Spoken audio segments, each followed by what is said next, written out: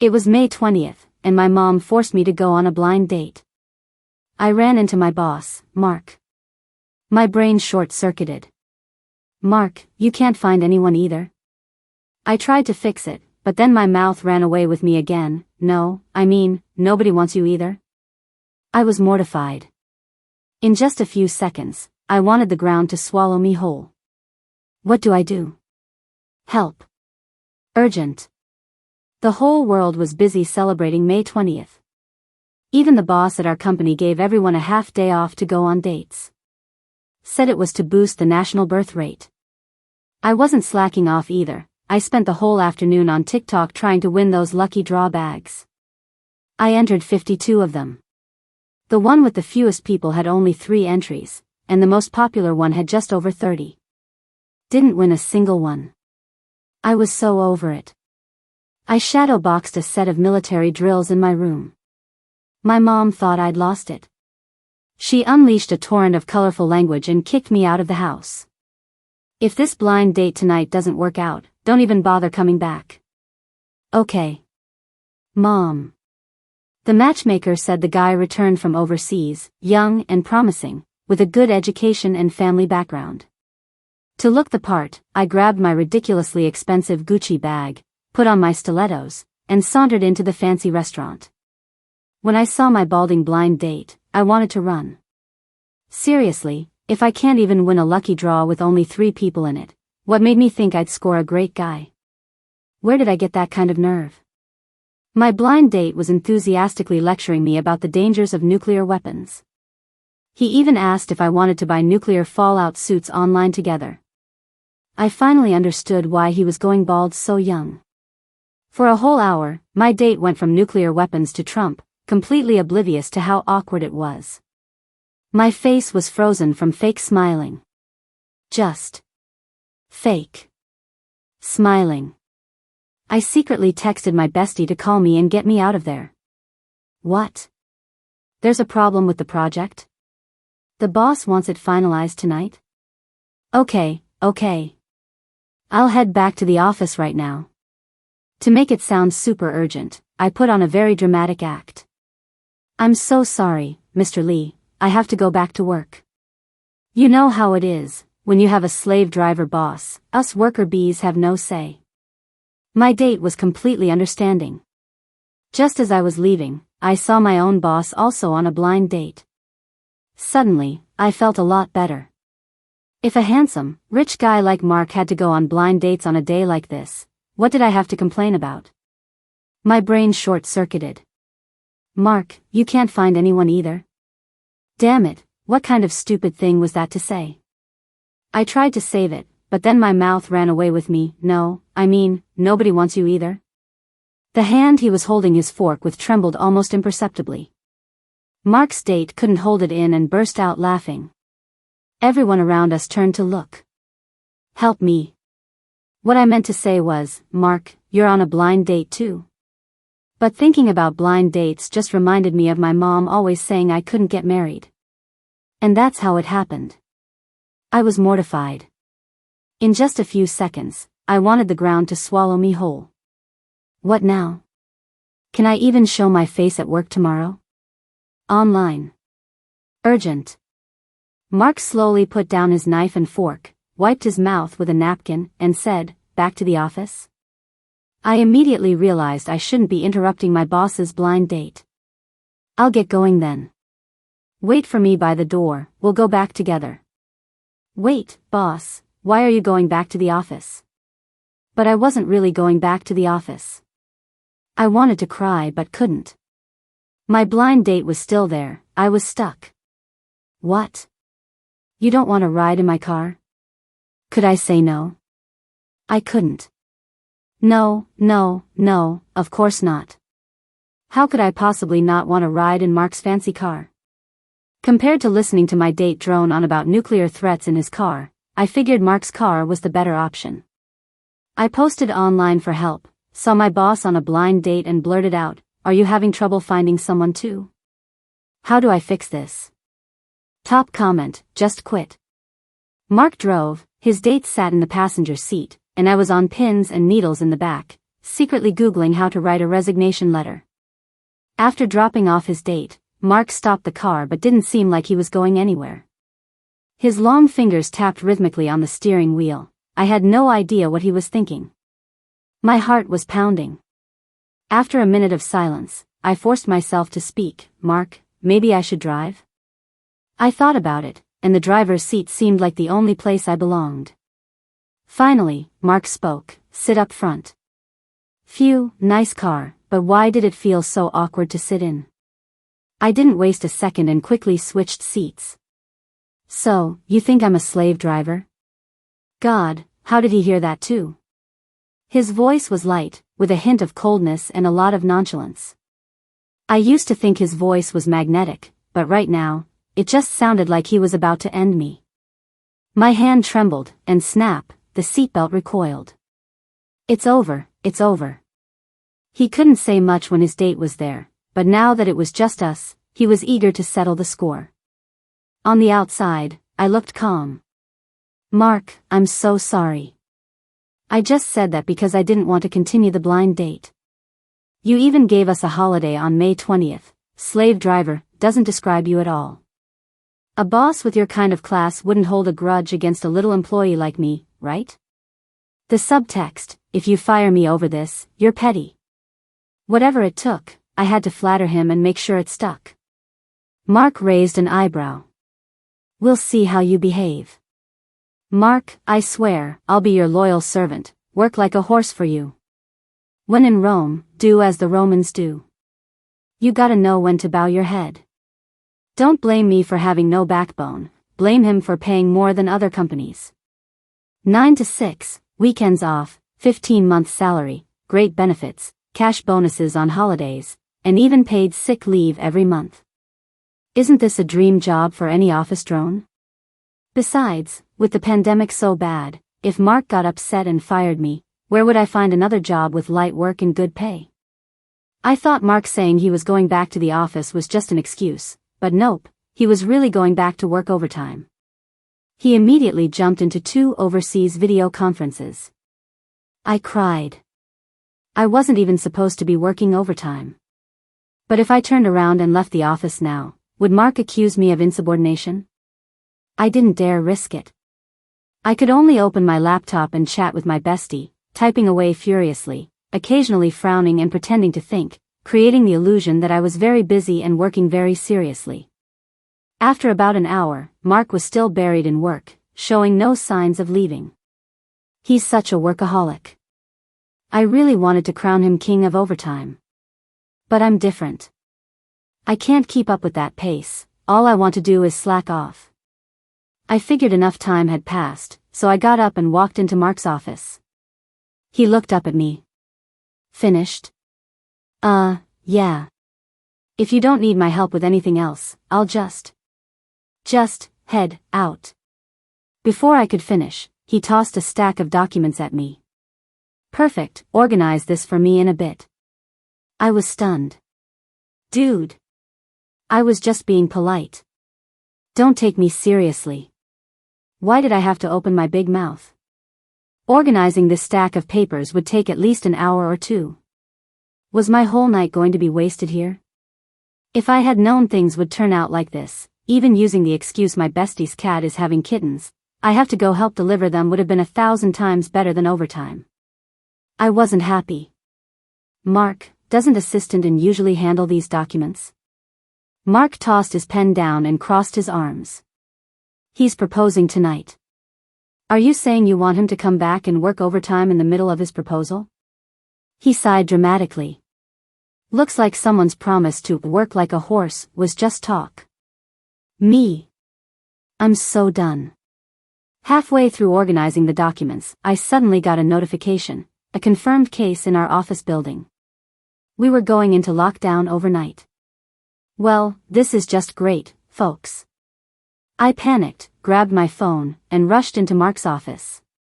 He was on the phone and motioned for me to wait. "Yeah, got it. Notify everyone, work from home. Yes, paychecks as usual. Have everyone cooperate with the pandemic prevention measures. Our company occupies 5 floors with about 100 employees, but because of the half-day off, everyone had gone home. Only unlucky me got dragged back by Mark to work overtime and was now stuck here. Everyone else was working from home. What about me? It was one thing to make the office my home, but to be quarantined with my boss? Ugh, I also wanted that glamorous work-from-home life, dressed nicely on top, pajamas and slippers on the bottom, snacking and binge-watching shows without anyone bothering me. I sniffled. Seeing me like this, Mark thought I was scared and, with a rare gentleness, said, "Don't be afraid, I'm here." But that didn't comfort me at all. I wasn't afraid of getting infected, and I could handle being quarantined. I just suddenly felt so unlucky, a little wronged. And when he tried to comfort me, I felt even more wronged. Words like "don't be afraid, I'm here" usually come from a boyfriend and sound super sweet. But since Mark had just been making me work like a horse a second ago, his words sounded different in my ears, more like, "Don't worry, you'll be working like a horse for me during this whole time." The tears I'd been holding back suddenly couldn't be controlled anymore. I completely let go. Everyone else is showing off their love on May 20th, posting about money transfers and gifts, but I can't win a lucky draw. I don't have a boyfriend, and my blind date was a weirdo. The first time I talked bad about you behind your back, you heard me. You dragged me back to work overtime, made me work like a horse, and now I'm stuck here and can't even go home. I'm even worried you'll fire me. I'm just a total tragedy. Mark got a headache from my crying and rubbed his temples. I knew he was getting impatient, but I had just started crying. It wasn't time to stop yet, I couldn't. Normally, I wouldn't be like this. Unfortunately, my period was due soon, and around that time of the month, I get a bit sensitive and fragile. The boldest thing I'd ever done in my life was bawling my eyes out in front of Mark right now. What's that saying? Adult breakdowns happen in an instant. Check your WhatsApp. I didn't understand, but I did as he said and opened it. The first chat that popped up was with someone saved as M. I clicked on it and saw he had sent me 5,200. Say what you will, money still works. For example, right now, my tears were instantly scared back, and my bawling turned into sobbing. "Mark, what is this?" Mark sighed deeply. "A holiday bonus. You can post it on social media too. I'll get you a gift after the lockdown ends. I never really meant for you to work like a horse. I actually needed those documents you organized. And I'm not going to fire you. Sarah, please stop crying, okay?" His last sentence had a hint of helplessness. I looked at him suspiciously, wiping my tears and sniffling, but this is too much money. It was more than half my monthly salary. I didn't dare accept it. "Take it. Consider it your overtime pay for tonight." I thought I understood the subtext, take this money, and stop crying and bothering me. Whatever he meant, I wasn't going to argue with money. I'd consider this compensation for the mental distress of not being able to work from home during quarantine. Then can you send me another message saying, "Voluntarily given, never to be taken back"? Browse certain social media sites does come in handy. Mark was so exasperated he actually laughed, but he still sent me the message. Looking at the soaring numbers in my account balance, my sniffling turned into a silly grin. You just gotta love cash. If one bill isn't enough, try two. If two aren't enough, try a stack. I know my tears, a little bit won't stop them. Thank goodness, Mark's office was a suite, with not only a bedroom but also a bathroom. Compared to the others quarantined here, at least my coming days would be a bit more comfortable. Once I calmed down, I called my dear mother. "My dear Mom, half of your wish is about to come true." My cutesy voice almost made me gag. "Does this mean your blind date tonight was a success?" I could hear the undisguised joy in Mom's voice. "Nope. What I mean is, I can't come home tonight. I'm quarantined at the office. Could you be a doll and bring me some clean clothes?" My great mother hung up the phone. Before I could react, a video call request from my mom popped up on my phone. The expected lion's roar arrived right on cue. I put the phone aside and let my mom lecture. Sarah, you little brat. I told you to go on a blind date, not go back to the office. Are you trying to kill me? And you got quarantined at the office? Are you planning to marry your job? I'd rather have given birth to a barbecue pork bun than you. I was busy telling my bestie I was quarantined and didn't really hear my mom's passionate lecture, only catching the words barbecue pork bun. Barbecue pork bun? No need to buy barbecue pork buns, they can't deliver them here. Just send a few sets of clean clothes. Ugh, a new round of lecturing began. Never underestimate the stamina of a middle-aged woman. I could feel my mom's anger level rising exponentially even through the screen. Suddenly, my mom's yelling stopped abruptly. I sensed something was wrong. I looked at my phone and saw Mark had walked into the frame. My furious mom, me getting yelled at, and Mark barging in, the three of us just stared at each other. For a moment, I didn't know who was more embarrassed. Smack. I decisively slammed my phone face down on the desk.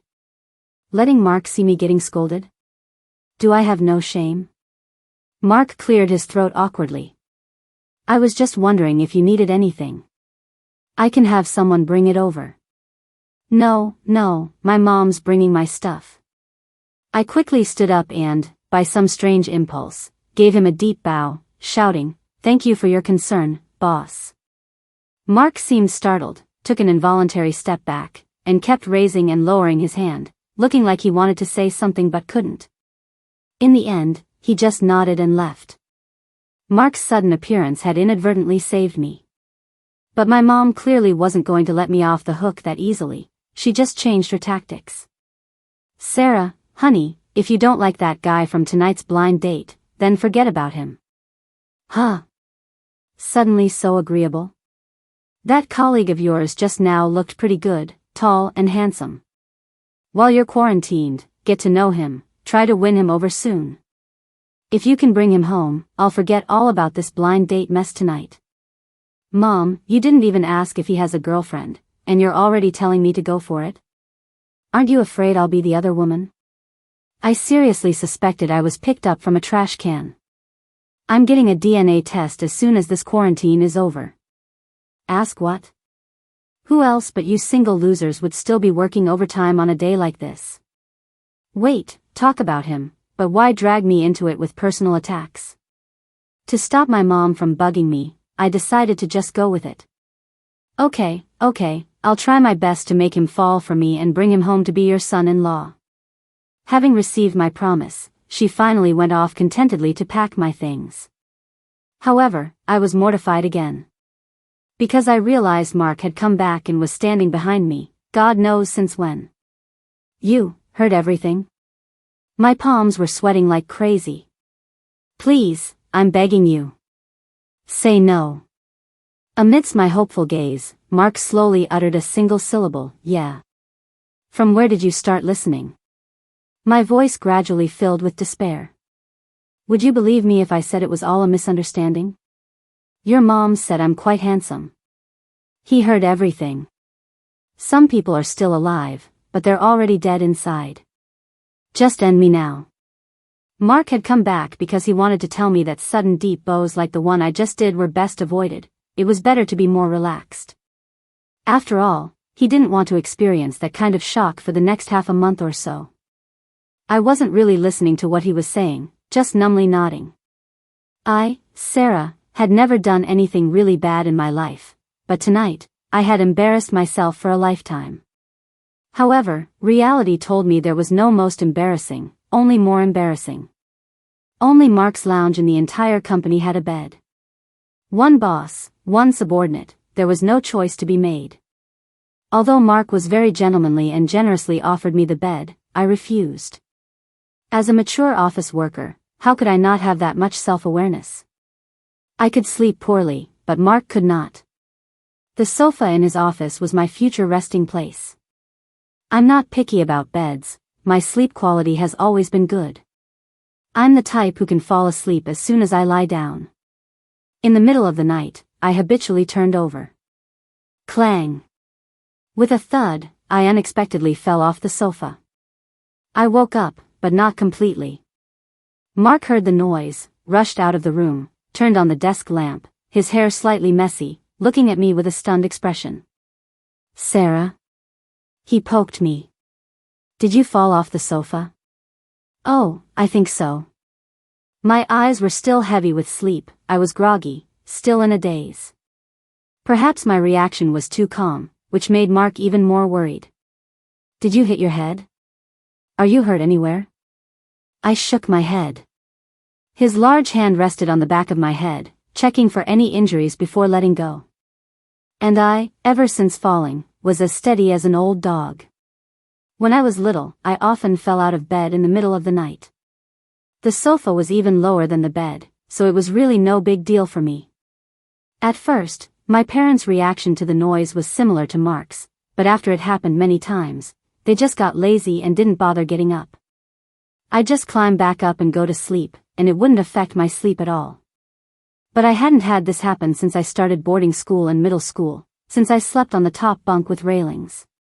This time was purely an accident, the sofa was too small, and I wasn't used to sleeping on it. Seeing me about to climb back onto the sofa to sleep, Mark stopped me. "You sleep on the bed, I'll take the sofa." My mind wasn't very clear yet, so I just let him push me into the room. Before closing the door for me, he hesitated. "You sleep in the middle of the bed." I crashed onto the bed. It was so comfortable. Even more comfortable than my bed at home. I slept soundly all night, slowly stretched, feeling refreshed and invigorated. Suddenly, I remembered my situation and rushed out without even putting on my shoes. Mark was sitting on the sofa, looking like he hadn't woken up yet, with my little nap blanket still on his lap. His hair was messy, he looked tired, and there was a little stubble on his chin. The dark circles under his eyes were proof enough that he hadn't slept well all night, but these didn't detract much from his handsomeness. The sofa was a bit small even for me at 5'3", but for a guy over 6 feet tall like him, he couldn't even stretch his legs out straight. It would be a miracle if he slept well. He put the small blanket aside, rubbed the bridge of his nose, his hoarse voice carrying a hint of inexplicable resentment. "Awake? Sleep well?" This was the first time I'd heard Mark's just woken up voice. I never had the chance before. Damn that deep, sexy voice, it's lethal. For someone like me who's into voices and looks, if I could snag Mark, it would be like my ancestors hit the jackpot. I once had a crush on him, but I had the desire without the guts. Most importantly, Mark didn't like me, he liked artists. He had a first love in college, a violinist. They were a perfect match, talented and beautiful. If the violinist hadn't broken up with him to go abroad, their kids would probably be old enough to run errands by now. Ahem, getting sidetracked. Now is not the time for fangirling and reminiscing about his love life. Seems pretty good. I don't know if it was my imagination, but after I said that, Mark looked at me with even more resentment. "Mark, I'm so sorry. Last night was an accident, I promise it will absolutely never happen again." He didn't seem to believe my promise, just said lightly, "Go wash up. Make me a black coffee later." Because I felt guilty towards Mark, I was especially proactive, almost doing anything he asked. The building lockdown was so sudden this time, some colleagues didn't take their files home, unfinished design drawings, proposals. I spent the whole morning helping them find documents. I couldn't refuse, who else but me, the only unlucky soul quarantined here who could be ordered around. At mealtime, the delivery guy in the white hazmat suit brought the lunch boxes. I was engrossed in picking the scallions out of my meal. Mark came out to get water and froze. "What are you doing?" Without thinking, I replied, "Picking out the scallions for you." "I don't think I ever told you I don't eat scallions." He hesitated. My hand paused, and I said calmly, "Assistant and told me." "All picked out, Mark." "Eat together?" No, I like to watch something funny when I eat. It's a habit of mine to watch shows while eating." "Are you saying my face makes you lose your appetite? Can it be interpreted that way?" I suddenly understood why those ancient court officials often said serving a ruler is like serving a tiger. Big bosses are really, really hard to please. That's not what I meant. I mean, I'm afraid I'll bother you. Frankly, Mark's face was much more appetizing than any TV show. But the timing was wrong. As soon as I saw him, I remembered how I'd made a complete fool of myself yesterday. It wasn't a question of whether he was appetizing or not, it was a question of whether I still had the face to eat. Fortunately, Mark didn't insist, and I breathed a sigh of relief. Actually, Assistant N wasn't the one who told me he didn't eat scallions. I was so busy I was run off my feet. How would I have had time to read the notes Assistant N sent me about Mark's preferences? Mark was 3 years ahead of me in school. By the time I started, he was already busy with his startup off campus and rarely showed up. He was the star student our professor always talked about. I'd heard the name Mark many times but had never seen him. It wasn't until the graduation ceremony, when he represented the entire college's graduates and gave a speech in the auditorium, that I saw him in person for the first time. Later, during my junior year, Mark was invited back by the college to share his entrepreneurial experience. At the time, I was an assistant in the college office and one of the organizers for the lecture, responsible for coordinating the arrangements with him.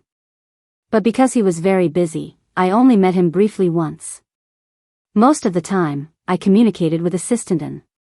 Before the lecture started, my cheating ex-boyfriend came looking for me, trying to get back together, even attempting to gaslight me, brainwashing me into thinking I couldn't find a better man without him.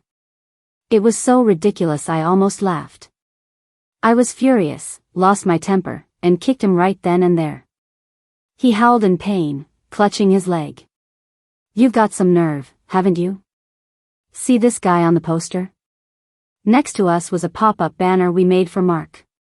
"If I, Sarah, am going to find someone in the future, it'll be someone like him, not some idiot like you who doesn't even know his own worth.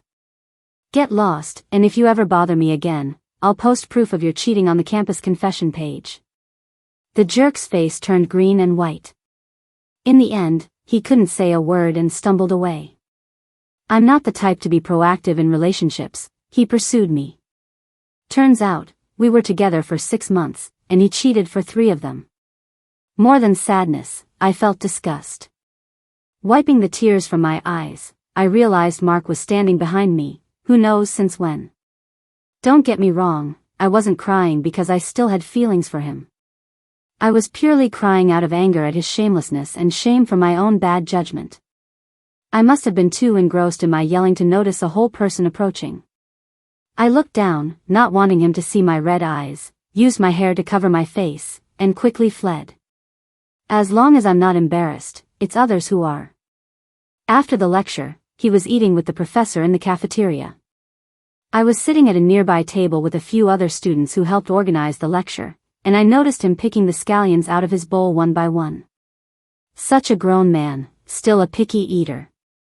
Until I graduated, Mark never gave me a second glance. I figured a busy person like him wouldn't likely remember someone insignificant, so I just let it go. During my internship, the professor wanted to recommend me and 2 other students to Mark's company. I didn't refuse and became his employee. Thinking back now, I guess I had already made a fool of myself in front of Mark a long time ago. At night, Mark insisted on giving me the bed, but I didn't accept. Seeing how poorly he slept this morning, and how he seemed a bit out of it during the online meetings during the day, I felt bad.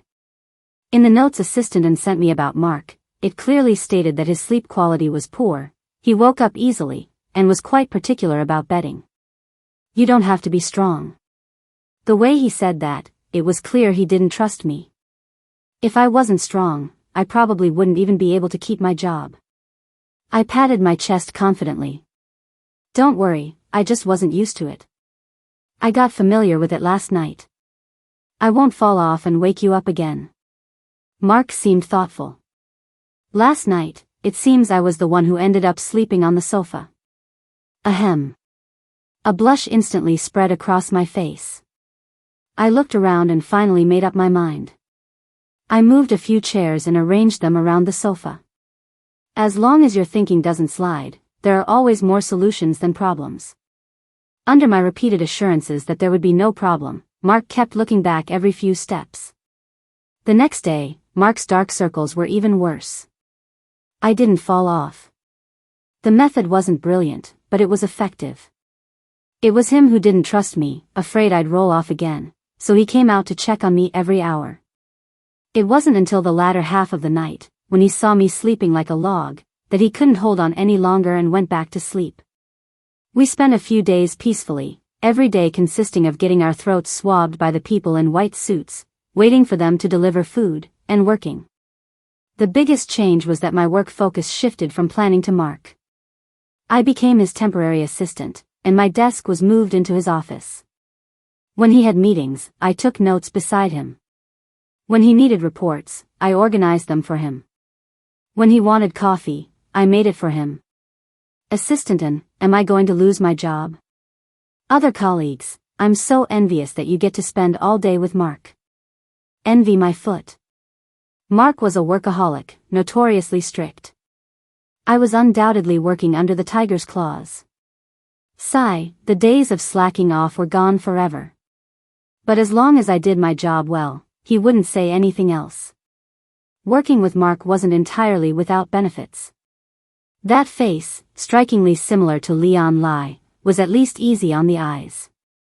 Studies show that looking at handsome men for 2 hours a day helps extend life. I'm definitely going to live longer than other people. After a few days together, I wasn't as afraid of Mark anymore. We tacitly avoided mentioning my embarrassing moments, and I even joked with him occasionally. Until my period arrived, shattering the balance between us. I was slumped over my desk, a searing pain twisting in my stomach, making me break out in a cold sweat. I go through this ordeal almost every month. I'm truly numb to it. I whimpered weakly, "Mark, save me." If I could, I would have run outside and sat on the stone steps. "Sarah?" Mark noticed something was wrong with me, his questioning tone a bit anxious. "What's wrong? Where does it hurt? Don't scare me." "It's my period cramps." It hurt so much that my voice quavered a little. Mark decisively bent down and picked me up. I had no energy to be coy and let him place me on the bed. He had probably never encountered this situation before, had no experience, and didn't know what to do. He asked awkwardly, "Did you bring medicine?" "Drawer." I was rolling around on the bed in pain, trying to find a position that would ease the discomfort. Mark gave me the medicine, helped wipe my cold sweat, tucked me in, adjusted the air conditioning, and only left the room after doing all this. I thought he had gone back to work, but a few minutes later, he came back with a heat pack. "Let me put this heat pack on you, it'll make you feel better." I was incredibly touched. I hadn't even told him where the heat packs were, and he brought one. Quick-witted and resourceful, Mark is a keeper. He gently patted my back, as if comforting a child. "Sleep, I'll stay here with you." I curled up into a ball, waiting for the medicine to kick in, and drifted off to sleep under his comforting presence. Before I fell asleep, I had only one thought: OMG, Mark is so damn gentle. When I woke up, it was 3 hours later. Mark wasn't in the office. I felt better, but my WhatsApp had exploded.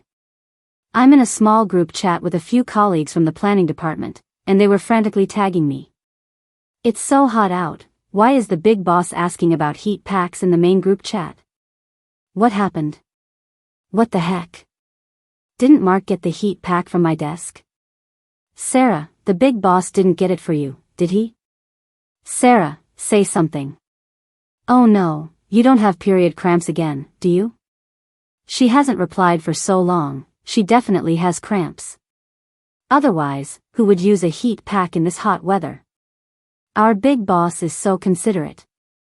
Ladies, you've said it all. What else can I say? I opened the main group chat that Mark was in, and sure enough, I saw the messages they were talking about. But perhaps everyone was wary of Mark and didn't dare discuss it openly in the main group. The chat history was still stuck on a colleague from the sales department replying to him about the heat pack. Wait a minute. So, now the whole company knows I have period cramps. Help me. Period cramps aren't shameful, but they're not glorious enough to be broadcast to the entire company, are they? I take back what I said about Mark as a keeper. I was feeling down when Mark walked in with a glass of water. Still hurting? He came over and touched my forehead, only relaxing after confirming I wasn't sweating anymore. It doesn't hurt anymore. Actually, after the pain subsided, what remained was exhaustion. You've worked hard. My mouth ran ahead of my brain. I should. It was the first time someone had told me I'd worked hard because of my period. No experience, I'll do better next time. Drink some warm water. So the water was for me. A small pebble was suddenly thrown into a calm lake, plop, creating ripples. Mark ruffled my hair.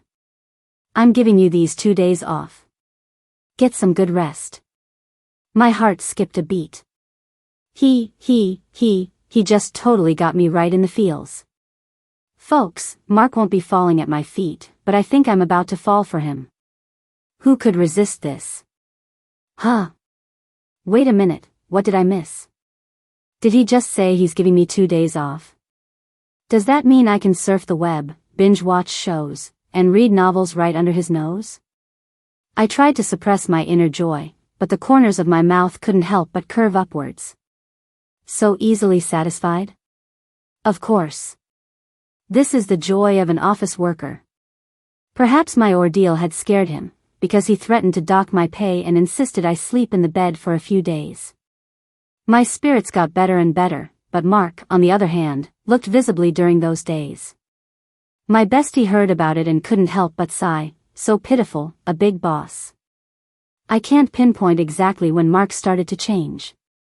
I just know he was getting weirder and weirder. When I watched dramas and variety shows, he would watch along with great interest. This woman, she's the one from High Heels, right? Me, what, High Heels? She has her own name. Oh, I think so. I suddenly wanted to flatter him. You even know about High Heels? That's amazing. Mark looked at me like I was an idiot. I just don't go online much, I'm not a caveman. When I ate snacks, he watched me like a hawk. What are you eating? Junk food. Stop looking, it's not for you. He stared until I felt a bit embarrassed, silently turned around, and poured the crispy lotus root into my mouth. Let me try. Here it comes, he finally made this unreasonable request. My hand holding the crispy lotus root tightened unconsciously as I tried to remember how many bags were left. How about I get you something else? Mark continued to stare. No, the one you're holding looks tastier. I sighed inwardly. There really aren't many bags left. You don't want to share? My heart ached as I gave him a bag.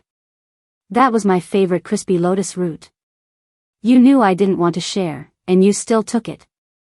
In the end, all my remaining crispy lotus root went into his mouth. If it weren't for the huge sum of money he transferred to me before, I would have lost it with him. One night, he was probably bored and started muttering my name. What I couldn't accept the most was that he seemed to have developed a strange head-patting habit. If he was patting his own head, that would be fine, but he was patting my head. Every time this happened, it was really hard for me not to feel something. My mind was filled with that phrase, if you don't mean it, don't lead me on. But alas, I didn't dare question him. The main thing was I had to wash my hair more frequently, terrified that one lazy day he'd pat my oily head. All signs indicated something was off, very off, not in line with Mark's usual domineering CEO persona. But then I thought, after being quarantined for so long, it seemed pretty normal for people to act a little abnormally. Even Andy started talking to plants. It wasn't impossible for Mark to have a personality change. Unable to figure it out, I decided to just ask the person directly. Mark, are you okay? He didn't understand. I mean, are you okay mentally? Sarah, are you saying I'm crazy? I'm just concerned about you. If you feel uncomfortable anywhere, you have to tell me. It's just the two of us relying on each other. Please don't feel embarrassed, I won't laugh at you. Mark's expression changed abruptly. He turned and threw a document at me. Redo the proposal. Sigh, maybe it's better if he just stays a little crazy. After being trapped for over 20 days, we finally received the good news that the lockdown was about to be lifted. I frantically messaged my friends, notifying everyone I could about the end of the lockdown. Congratulations, your cohabitation with the boss is about to end. If working 8 hours a day counts as cohabitation, then I guess that's not wrong. On the morning the lockdown was lifted, I opened my eyes, and Mark's face gradually loomed larger in front of me, so close I could even see the fine hairs on his face. I shot up from the bed, my eyes wide like saucers. Mark woke up startled from his sleep. I was dumbfounded. How did I end up sleeping with him? And hugging his arm? Don't get me wrong, the sleeping I'm talking about is the noun. The night before, to celebrate the end of the lockdown, I ate a bag of spicy strips and drank a bottle of Coke. It wasn't enough, so I grabbed 2 bottles of beer from the pantry and drank them all. The beer was leftover from our department's celebration party at the company some time ago. Everything was normal. I wasn't drunk, really. There was no way I suddenly got bold with lust, and no liquid courage made me pounce on him. My head was just a little dizzy. Really, not drunk. Besides, I'm a good drunk. Even if I get drunk, I'll just lie down and sleep. I remember waking up in the middle of the night needing to pee, and groggily got up to go to the bathroom. After taking care of business, I dizzily relied on my sixth sense and lay back down. That's all. Since I was little, I knew, don't poke the tiger, don't climb into the boss's bed. How the hell did I get into the wrong bed? I was slow to come to my senses. Mark lay in bed, one hand propping up his head, a playful look in his eyes. Can't bear to leave? How about we sleep a little longer together? Sorry, Mark, I went to the wrong place. I'll leave immediately. Well, that's just great. The image I had painstakingly built up was completely ruined by this one night, back to square one. I scrambled out of there like I was escaping a disaster, didn't wash my face or brush my teeth, just grabbed my stuff, put on a mask, and rushed downstairs to wait for the lockdown to be lifted. There were about a dozen people waiting in the lobby to be released. Looks like everyone was fed up and wanted to be the first one out. But no one looked as disheveled as I did. Stop. Before I could make a clean getaway, Mark grabbed me by the collar in the lobby. He squinted slightly. What are you running for? Weren't you hugging me pretty tightly last night? Don't say any more. I probably mistook him for my stuffed animal at home. I never want to recall this moment for the rest of my life. Scared already? He glanced at me. Sarah, weren't you going to try and win me over? I wanted to cry but couldn't. Dude, can you really compare trash talk to actual actions? I was just kidding. I'm sorry, okay? Mark humphed, a wicked smile playing on his lips. Pathetic. It's not like I'm not giving you a chance. Weren't you pretty brave when dealing with your ex-boyfriend back then? Being reminded of that embarrassing incident from years ago, I was mortified. No, after being mortified, I became angry out of embarrassment. So he heard everything, remembered everything, just never mentioned it, and then brought it up at some point to laugh at me. Sarah, go back and think carefully about how to use this chance. What Mark wanted me to think about, I couldn't figure out. Could he possibly like me? The only thing the violinist and I arguably had in common was our gender. Oh, instruments, well, I've played one too. My dad used to think I was too rowdy and sent me to my granduncle to learn the eru. After 3 months, I played so badly that my granduncle refused to teach me anymore, just kept shaking his head and telling my dad I had no artistic talent. My bestie said I only had 2 choices now. Either quit, be unemployed, and live off my parents, or win over Mark and become the boss's wife. The former was easy, the latter. There's a certain type of person who is very passive about relationships. I like you, but I won't actively pursue you. If you actively pursue me, then we have a chance. If you don't, then it's goodbye. Coincidentally, I'm that type of person. I'd rather miss out than take the initiative. My bestie was frustrated with me. Just one jerk, and you've completely sworn off love? While munching on a duck neck, I sent a voice message. No, men only slow down my money-making speed. Swearing off love is an exaggeration, but it definitely made me more cautious in relationships. If I ran into another jerk, I might really swear off love for good.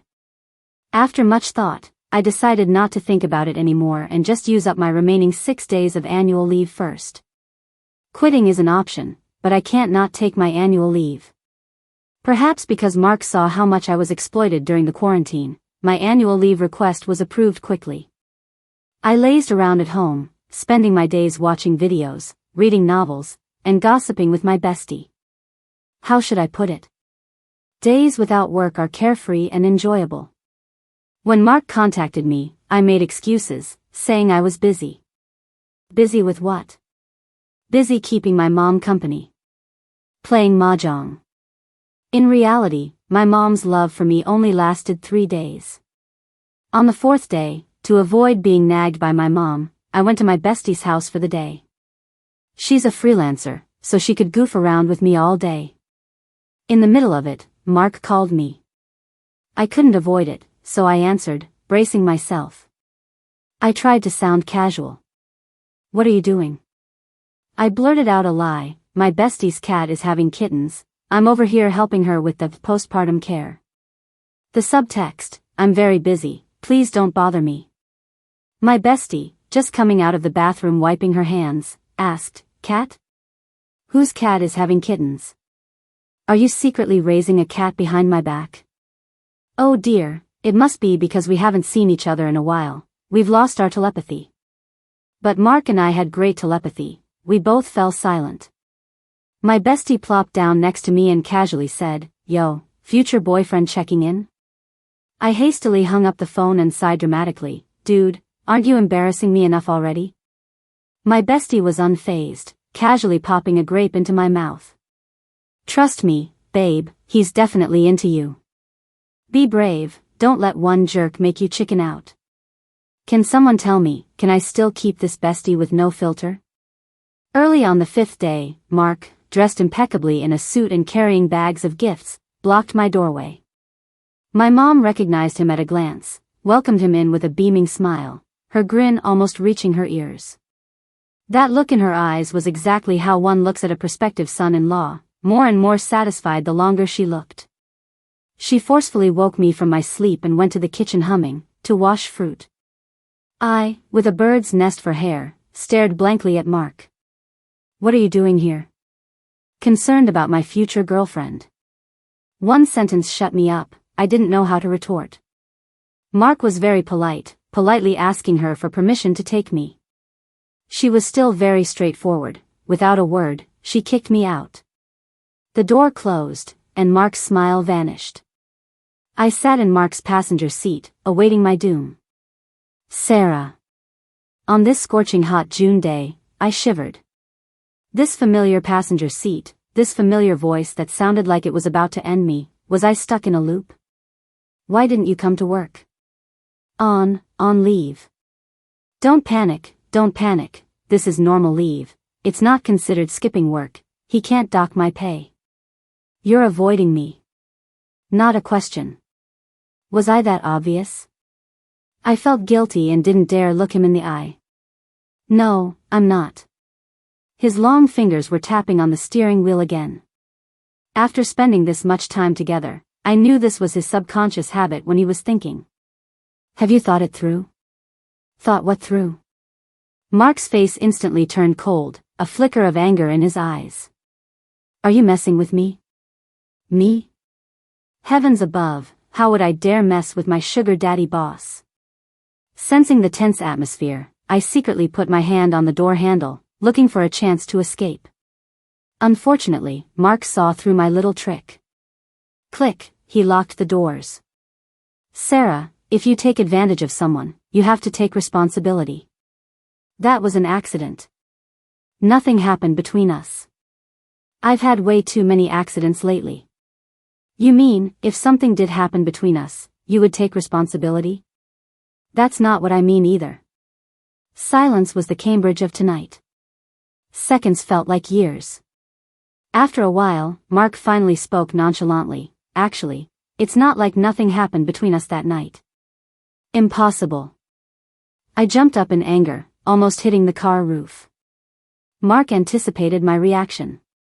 As I jumped, he timely blocked my head with his hand. Absolutely impossible, I didn't feel anything. I was very confident in myself. I didn't feel anything when I woke up. I've read hundreds of romance novels, haven't I? Even if I haven't eaten pork, I've seen pigs run, right? Mark was trying to trick me. However, the next second, I was proven wrong. I have a video. Mark took out his phone. I didn't tell you that day because I was afraid you'd be embarrassed. But since you're denying it so much, I have no choice but to show you the video. In the video, I was hugging Mark, kissing and nibbling him. When Mark resisted, I started throwing a tantrum, kicking and screaming. He was filming with one hand and trying to stop my advances with the other, which was a bit difficult, so the video was shaky. Sarah, I dare you to bite me again. His voice was very low. It was also the first time I'd heard such a request.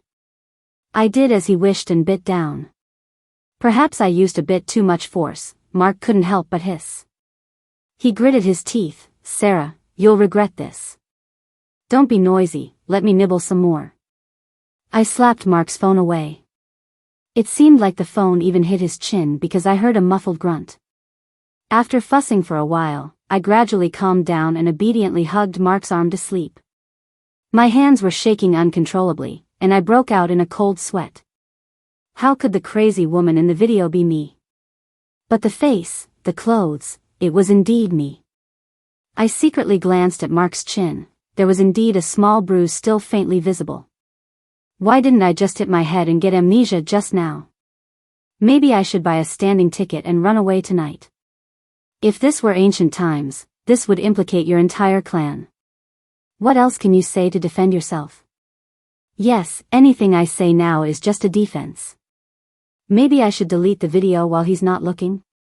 No evidence, no crime. Just as this thought popped into my head, I heard Mark's cold voice. Don't even think about deleting the video. This is just a backup. Hee, I'm not that kind of person. Should I say I was sleepwalking? Maybe he'd let me off the hook. Then tell me, what kind of person are you? I hung my head, not having the courage to even look at him. I know, I'll go back and write my resignation letter. Sigh, I can't save my job anymore. Mark was furious. Who asked you to resign? You want to just walk away? Dream on. I already said I'd resign, what's he still angry about? Fine, then you say it. What do you want me to do? I give up. Nothing I say will satisfy him anyway. Be my girlfriend. Did he just ask? Mark, do you really like me? He suddenly leaned in close, so close I could even feel his breath on my face. My heart suddenly thumped wildly, and I instinctively shrank towards the car door. But there was no escape. He stared straight at me, as if trying to see deep into my soul. Mark chuckled softly, playing with the wisps of hair on my forehead. My bad, I guess I wasn't obvious enough. Sarah, be my girlfriend, His eyes were half sincere, half fervent. I suddenly didn't want to hide anymore. As if possessed, I quickly pecked him on his warm lips. My face instantly turned beet red to my ears, as if I had done something immoral. Mark was a little stunned. Then, realizing what happened, the corners of his mouth curved up unconsciously. His voice was a little hoarse as he teased, turns out you're this eager. As soon as he finished speaking, he took the lead. The sudden kiss caught me off guard. My mind went blank, completely shutting down. Mark, you're immoral. Just now, I barely even pecked him. Halfway through the kiss, my stomach rumbled inappropriately. Ahem, I didn't eat breakfast. The next day, my leave ended, and I happily returned to work. In the middle of the day, Mark called me to his office under the pretext of work. The gift I promised you. So he still remembered. I thought you were just kidding back then. I opened it, and it was a necklace I really liked but hadn't bought because it was expensive. The social media post you wanted to show off with your gift, you can post it now. May 20th was so long ago, I didn't really feel like posting anymore. Do I have to post it? Mark was very assertive. Post it. One a day. Outdo them all. He pulled open a drawer, and it was full of gifts. Ah, this. How many did you buy? Not many, just making up for every May 20th gift from previous years. Sigh, if you had told me there were this many gifts, why would I have taken leave? I suddenly realized something was wrong. We weren't even together back then, and Mark was already planning to give me gifts. Does he do this for every girl who cries? Isn't this the classic behavior of a jerk? Thinking of this, my joy completely vanished. My face turned a little pale. Mark, you don't treat every girl like this, do you? Mark was so exasperated he laughed and pulled me into his arms. What are you thinking?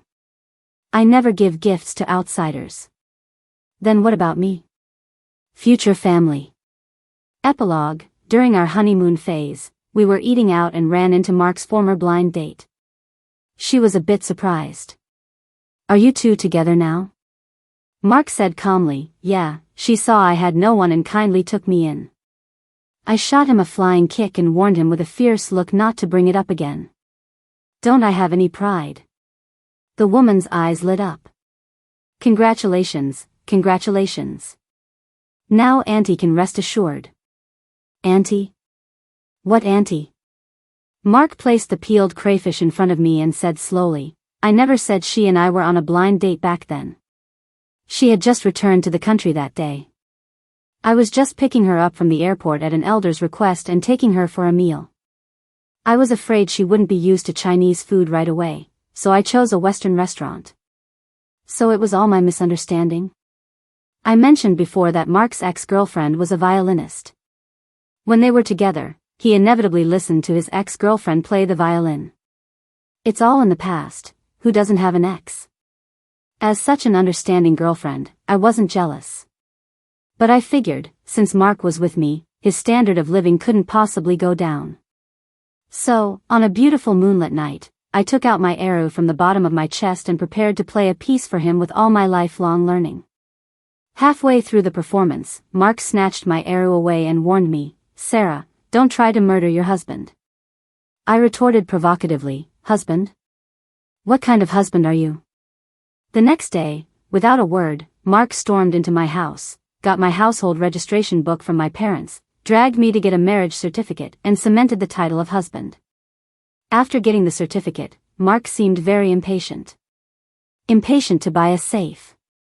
Impatient to lock the arrow in it right in front of me. And he wouldn't tell me the password. Then he impatiently threw it into the storage room. My poor arrow. Mark is such a cruel man. Because of my severe period cramps, after we got together, Mark was even stricter with me than my mom. At home, my mom watched me. At the company, Mark watched me. Dates, needless to say. I basically cut off all ties with iced drinks, even milk tea could only be hot. Not only that, but he also found me an old traditional Chinese medicine doctor to help regulate my body. Looking at the dark herbal medicine, smelling that pungent odor, I really couldn't drink it. It's not like I haven't had herbal medicine before, I just couldn't stand it and didn't stick with it. The taste was really, yuck. No, I can't mention it. Just thinking about it makes me react. I was pinned down at the dining table by Mark, unable to escape. Mark, 500 for one bowl. I cried, tearfully earning 1,000 every day. Cuddled in Mark's arms watching a drama. I saw the female lead in the TV show ask the male lead about his first impression of her. On a whim, I threw this question at Mark. Mark dropped a kiss on my forehead. Good taste. You knew to find a man like me years ago. I was completely speechless. I asked you to praise me, not yourself. Actually, your taste isn't that great either. Did he have a change of heart? He drawled, I don't know what was wrong with your eyes back then, to fall for that kind of jerk. So, he praised himself and dissed my ex. Before the wedding, we were decorating our marital home. Mark domineeringly threw me a card and told me to furnish it according to my own preferences. Everything went smoothly. I basically bought whatever style I wanted. Only our marital bed, Mark had an opinion on. I showed him the marital bed I was planning to buy. He glanced at it, just one glance. How big is it? 1.8 by 2.0 meters. As soon as I finished speaking, Mark ruthlessly objected, no, change it. I immediately channeled my inner. You told me earlier that I would be in charge of everything in this house. It's only been a few days, and I can't even make a decision on such a small matter. Sigh, so brother is tired of me, annoyed with me, sister's heart, it's colder than the ice in the dead of winter. Mark was unfazed and said coldly, it's not big enough. You'll fall off. Be good, get the biggest one. Fine, I guess I'm not in the right.